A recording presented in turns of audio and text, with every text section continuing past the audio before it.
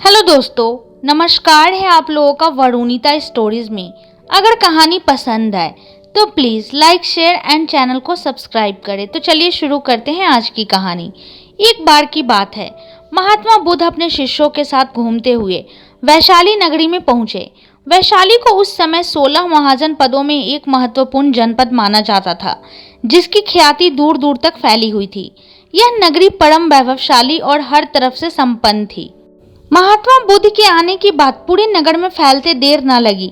जिसे जब पता चलता वह तभी उनसे मिलने पहुंच जाता और उनके उपदेश सुनकर खुद को भाग्यशाली समझता।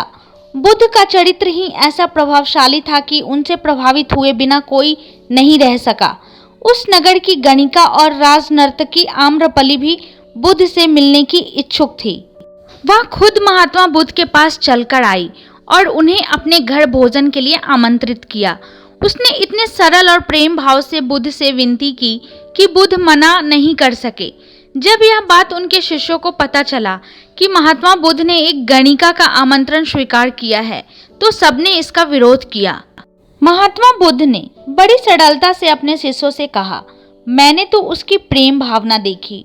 उसने जिस भावना से मुझे बुलाया है वह बिल्कुल पवित्र और निश्चल था।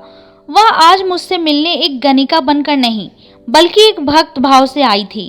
फिर भला मैं कैसे उसका आमंत्रण स्वीकार न करता, वह चाहे एक वैश्या हो या फिर कोई सन्यासी। यथा समय बुद्ध आम्रपली के घर भोजन के लिए गए।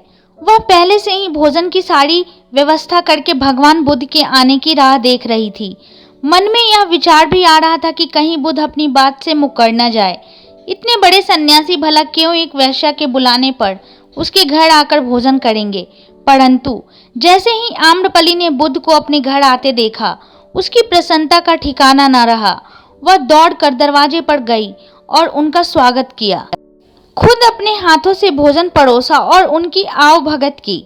महात्मा बुद्ध के शिष्यों ने, जो उनके साथ आए थे, जब एक वैश्या को, जिसके कदमों में खुद सम्राट बिंबिसार से लेकर अजात शत्रु थे, पूरी वैशाली जिसकी एक झलक पाने के लिए तरसती थी, उसे एक सन्यासी के लिए ऐसा व्यवहार करते देख बुद्ध के शिष्यों के मन में अपने गुरु के लिए सम्मान और ज्यादा बढ़ गया।